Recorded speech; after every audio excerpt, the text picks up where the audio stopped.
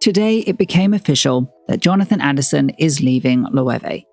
So, as the publisher of the most comprehensive history of Loewe ever written back in December, I thought it might be best to give you even more information about his decade-long tenure at the house that Jonathan once built. Before Jonathan Anderson, Loewe was in real trouble.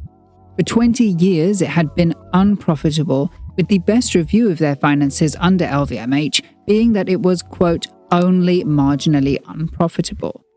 So, to say that Jonathan had a huge task ahead of him is no exaggeration.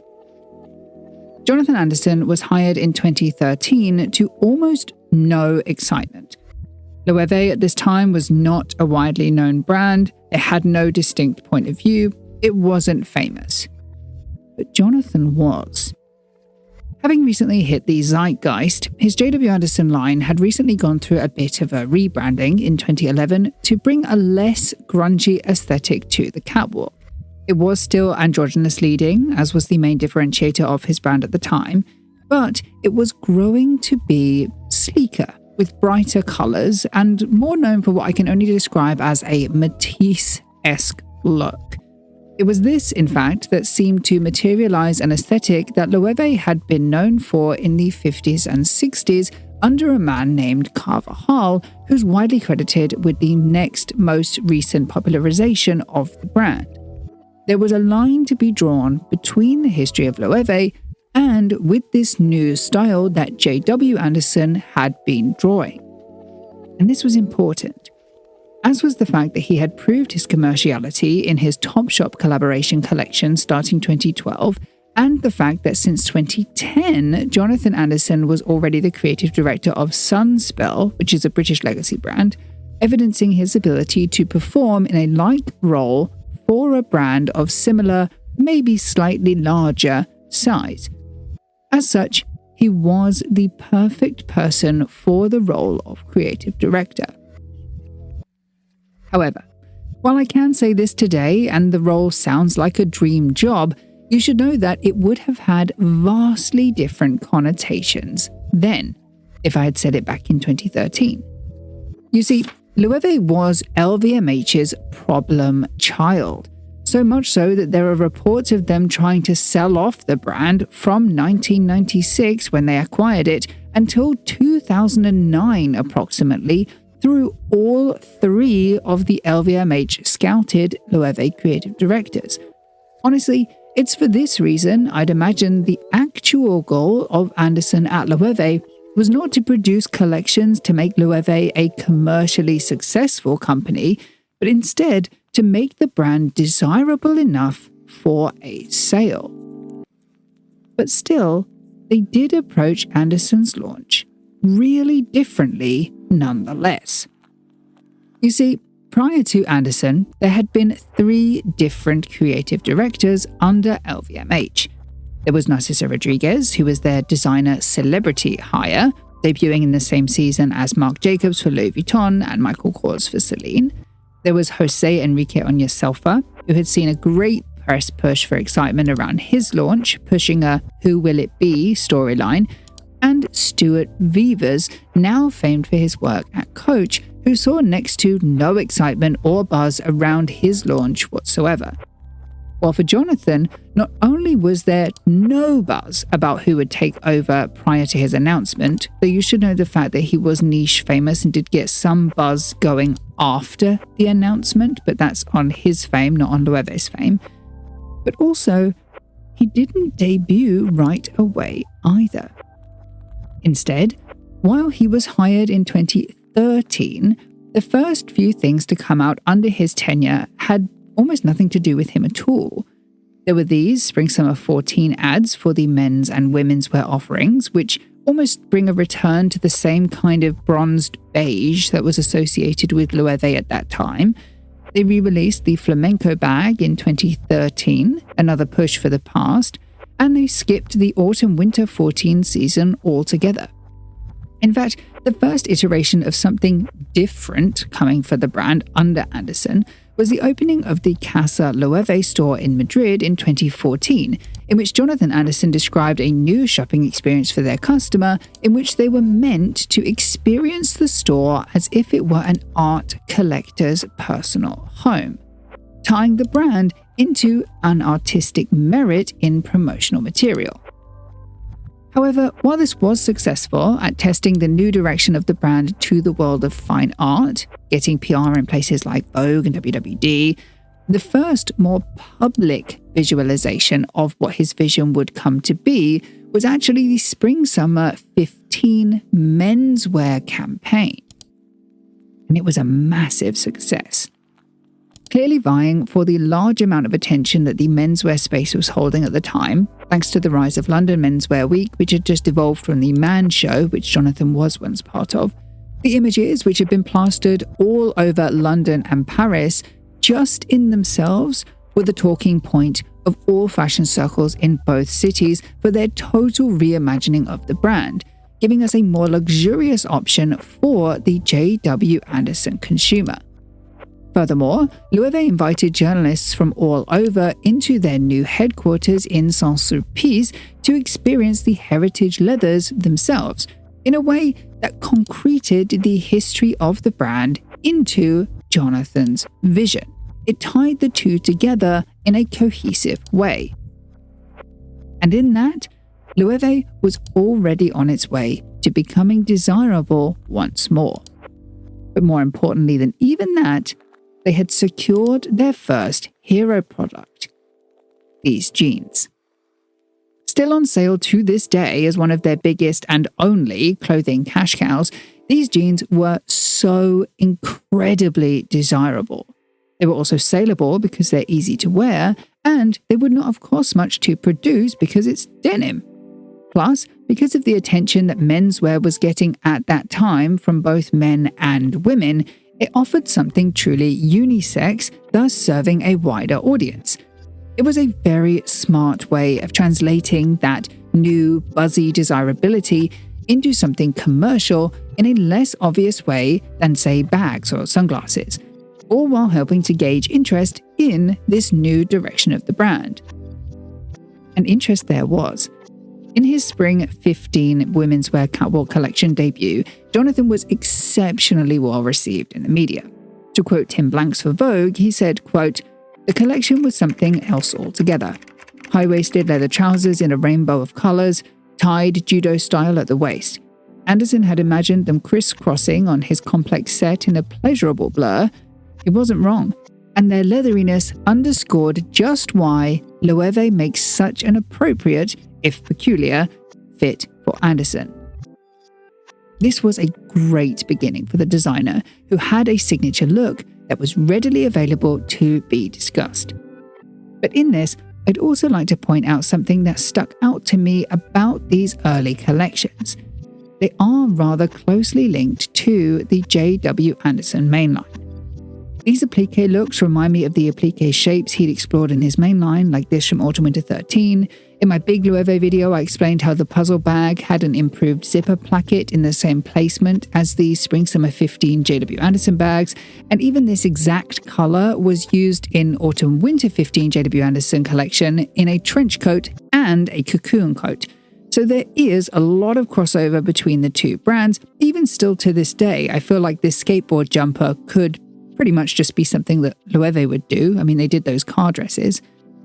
But that's also not necessarily a criticism.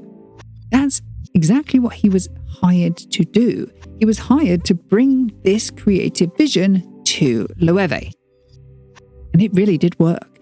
Loewe began to grow an almost cult-like status within the industry for its totally unique point of view, distinct from any other brand on the market at that time. You have to remember, of course, that in 2014, when this show debuted, the fashionable world was dressed like this and hadn't found a new distinctive style quite yet. So this was actually really fresh and exciting. To the consumer, it had the gravitational pull that Loewe needed. Naturally, that meant the puzzle bag, which did debut in Spring-Summer 15, quickly became a new hit item. And LVMH's worries of their past 20 years of loss-making finally began to subside. Their time of being, quote, only marginally unprofitable was beginning to see the light at the end of the tunnel. With that said, Loewe wasn't yet singled out in the LVMH annual report. The 2015 annual report didn't mention it at all. The 2016 annual report said, quote, Celine, Loewe and Kenzo all continue to grow. The 2017 annual report said, quote, Loro Piana, Celine, Loewe, Kenzo and Berluti made good progress. And the 2018 report said, quote, Givenchy, Loewe and Kenzo progressed well. These are notable for a few reasons. One, Kenzo and Celine had also been notable problem brands for LVMH at the same time Loewe was, pre-Jonathan Anderson, so it makes sense that they are lumped together. Two, LVMH doesn't usually like to single brands out to discuss their growth in reports. It's just not their style, they prefer ambiguity. And three, that Loewe actually did break out of both of those norms by 2019 when LVMH described their success as such. Quote, Loewe delivered strong growth under the impetus of its designer J.W. Anderson. And yes, it's J.W. Anderson, not Jonathan Anderson in their own annual report. Even in their annual results presentation, Bernard Arnault described the brand as having a, quote, remarkable growth rate. This was huge. Around the time Spring-Summer 19, Autumn-Winter 19 were in stores, it would have meant significant growth and stability had been found in Loewe under Jonathan's vision. Sure, it was still really similar to his mainline, something they would never really shake, but the perceived quality was higher, and so there was still a distinct differentiator between the two brands that meant that they didn't really target the same audience. However, while Loewe was targeting a slightly older, maybe more moneyed consumer than the creative younger target of J.W. Anderson, they had yet to break out of that niche awareness bubble. They were a brand that you or I watching this video would know, and not yet a brand known and discussed in the wider public. But now that they had got an unignorable assumed profit to back them up, this is when LVMH realized that Loewe was a brand worth investing in. And this meant two hires. First came the consultation of a man named Andrew Bonacina, who is a trustee of Studio Voltaire in London, a leading not-for-profit art organization in London that Jonathan Anderson is already involved with, who I believe, and this is just my own guess because I couldn't get a confirmed date, began consulting around the time of the Autumn-Winter 19 show. And secondly, Charlie Smith, who joined Loewe as Chief Marketing Officer in 2018, coming from his background of marketing at RGA. Now, this was monumental for Loewe. Jonathan had already been long interested in art. I don't have a specific reference for this just because I've read the interviews at the time, but in interviews he would often talk about his love of art and art collecting. Even in the first Casa Loewe store opening in Madrid, he'd spearheaded that to be akin to the home of an art collector, something many different publications saw as a thinly veiled attempt of him expressing his love of fine art. But actually, it wasn't until Smith and Bonacina that this thin thread in Loewe's arsenal would be woven into something marketable for the brand. You see, while Loewe had long championed themselves as the purveyor of leather craft, they hadn't put it at the forefront of their marketing yet. If you watched my Big Loewe video, you know that they have a huge history with this. They won a royal warrant for their craftsmanship in 1905. The Spanish dictator, General Francisco Franco, allowed them to continue during his leadership and through the Second World War because of how their craft was valued historically in Spain. The 1950s famously saw a man named Javier Carvajal completely overhaul the creative direction of the brand into something much more novel and crafted. The designers were often hired from the world of fine art, such as Vincent Vallard or Gustavo Torna. Even under Jonathan Anderson, the Loewe Foundation founded the Loewe Foundation Craft Prize in 2016 to support excellence in crafts. It's just none of these things were directed towards the general public in their promotional efforts. Time and time again, throughout history, Loewe has had their brand linked to craftsmanship and to artistic merit at that, but it had never explicitly been distilled to that singular word of craft. Outside of trying to push for their quality to be acknowledged, they had never used that word as a promotional tool to define the business. All hands were on deck for this slight redirect. Autumn/Winter 20 featured ceramic panels on showpieces to put craft at the forefront of their strongest promotional material, their catwalks. The Casa Loewe stores, which themselves expanded their art collections, now became a chain, moving into London, Hong Kong, and Tokyo, and eventually outside of that as well, while also putting more resources into the art displayed and commissioned for the spaces. They launched a selection of home fragrances and perfumes based on the raw essences of a vegetable garden, which would be another craft, gardening. During the pandemic, they released their Spring/Summer 21 collection in a box based on Marcel Duchamp's Museum in a Box. Autumn/Winter 21 had a newspaper created by best-selling novelist Danielle Steele. Spring/Summer 22 had the metallic breastplates, which I wish were credited to somebody. I couldn't find them credited. In 2021, they started the Loewe Foundation Studio Voltaire Award to give craftspeople an art space in London rent-free for 2 years to let them work on their talent. Spring/Summer 23 had the grass pieces, Autumn/Winter 23 had metal, Spring/Summer 24 had clay. This was a tactic not going away. Effectively, they took this distilled idea of craft and put it at the very forefront of their marketing, advised obviously well by Bonatina, to create a new public perception. No longer did Loewe have to tell you that they are careful and considered with the craftsmanship and the artistic merit of their retail offering. They're going to show you without a single word uttered. You look at that car dress, the egg shoes, the Polly Pocket looks, those dresses held up by the metallic ball, and you just think, wow, how did they make it? It gives the consumer the perception of incredible talent without saying a word.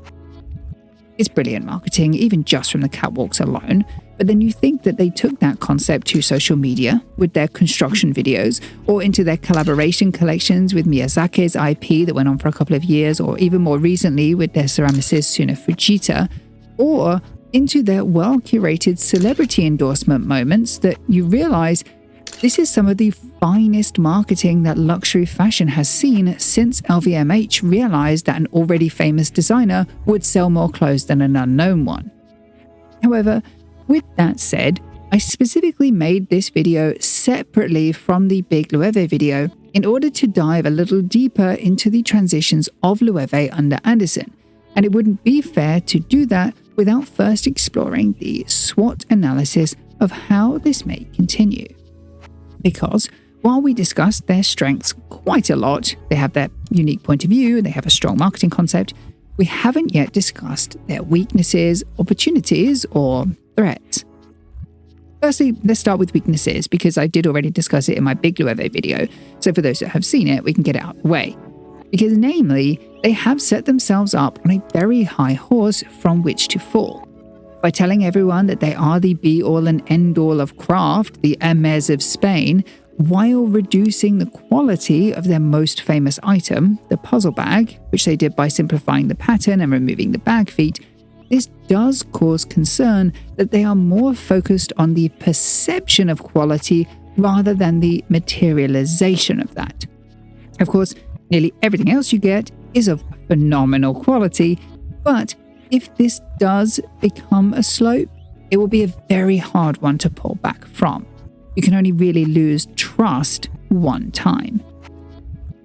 Opportunities for the brand also seem to be a little limited right now. They're already a top brand in most of the global markets, and so it's hard to make more people drink the Kool-Aid in that way, although there obviously is an opportunity in it. But I also think there is still room in the art market should they want to move into that. They've been experimenting with it in the Loewe Craft World exhibition in Shanghai in 2024, so perhaps that and artistic investments could be an interesting move for the brand, even if it's not directly linked with fashion. I also think that their diffusion line, Paula's Ibiza, which was fully purchased and integrated in 2019, could see some growth in itself in their ancillary divisions like things like furniture or candles, which would add to their bottom line without reducing the quality perception of the Loewe brand. And finally, the one that scares me the most, threats. Unfortunately, over the past decade, as Loewe has become one of the most desirable brands in the industry, there have popped up a lot of copycats. I won't name names because I don't want to get myself in trouble, but their vision has been duped by big luxury names all the way down to the high street and even supermarkets.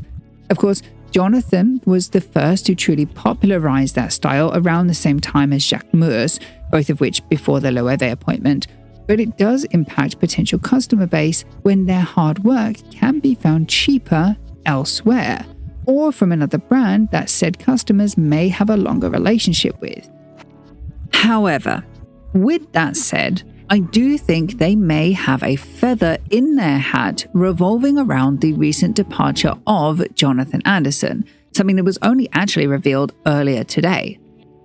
To explain this best, I want to reintroduce an idea that I discussed in relation to Jonathan's work at Loewe earlier in the video. Specifically, that his work at Loewe closely resembled his designs at JW Anderson, with the caveat that it was intended for a different, more moneyed consumer.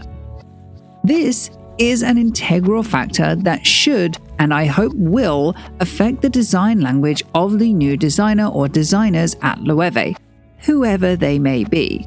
There is no official statement as of the release of this video yet, though I should say that the rumor currently is going to be Jack McCullough and Lazaro Hernandez, formerly of Proenza Schooler, which is a brand that they stepped down recently from themselves. Now, this is important because of Loewe's focus on craft. Craft in itself is inherently personal. It's individual to each artisan. In this respect, Jonathan's designs were good for Loewe because they were a focus on his own distinct craft of infusing fine art into fashion. That was his perspective. Something which is blatantly obvious even in his 21st and final collection for the brand, Autumn-Winter 25, in which in their presentation space in Paris, they collaborated with fine artists Joseph and Annie Albers, who were pioneers of 20th century modernism, having both his designs for the new season and their art pieces together in the same space, which I hope you can see from the footage that I took from the event. Even before Jonathan, Stuart Vevers' designs focused on accessories because that was his craft, that was what he was good at. Jose Enrique Onyeselva's designs as well focused on a sensual but powerful fabric and silhouette for women because that was his craft. And Narciso Rodriguez's designs revolved around minimalism because that was his perspective on craft.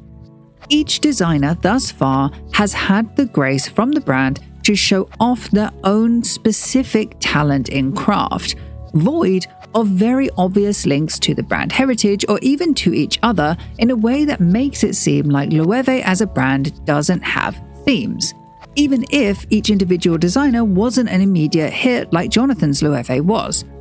Now, I'm not saying there weren't links, there definitely were, yes, especially in accessories being continued between the designers, but the references in clothing made between designers were all extremely subtle and in many cases unperceivable unless you were explicitly told.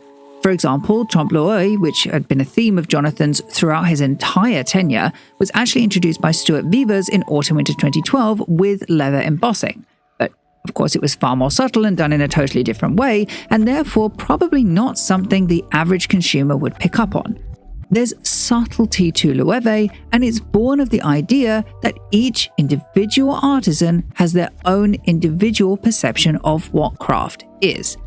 In fact, this was something that Jose Enrique Onyeselva said to me directly in reference to Jonathan's work and how he has been able to take Loewe into his own vision. He said, quote, "He made a very, very fantastic job. So much strength to accomplish and made his own a new version of Loewe and grow during those years. This beautiful brand. Spectacular." In this sense, unlike most fashion companies, it's not the techniques or the themes or the silhouettes themselves which make the themes for the brand Loewe, but instead it is that personal perspective of craft. That in itself is the theme of Loewe: individualism.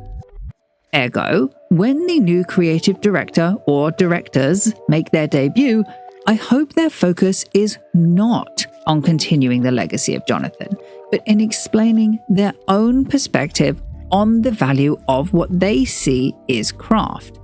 Loewe, in that sense, should be able to take whatever they were doing at their previous brand and heighten it to best display their own inherently personal perspective. In that sense, I do have to admit that because Parenza Scuola, if it is going to be them, do have a similar aesthetic to Jonathan anyway, that the contrast between the two won't be blatant in the way that I'm trying to explain that it might be. But I do hope that if the rumors are true, that it is them to succeed Jonathan, that they use the facilities at hand to heighten their aesthetics, just as Jonathan heightened his for Loewe's more moneyed consumer all the way back in spring-summer 15 as well. Because Loewe has the space to explore stylistically, given their concrete but malleable theme, I hope that the new era of the brand allows the time they need to allow the new creative directors to do just that, explore what the word craft means to them. Especially now we're in a period where so many designers are changing that Ashante of Must Be Margiela needed to make her viral creative director map. This is the time for commitment. Commitment to craft, commitment to a new creative era, commitment to Loewe. To end this video, I'd like to end with a quote from Jonathan himself back in 2023. He said, quote, "Loewe has been going since 1846. It survived revolution, and it will survive me." Thank you so much for watching this video. Please do like and subscribe. For videos like this one, but about beauty brands, check out my beauty channel under Skin here. And a massive thank you goes out to my patrons over on Patreon for their ongoing support, some of whose names are on the screen now. All content used in this video is done so in accordance with the principles of fair use. However, if you have any concerns, please contact me directly at contact@understitch.co.uk.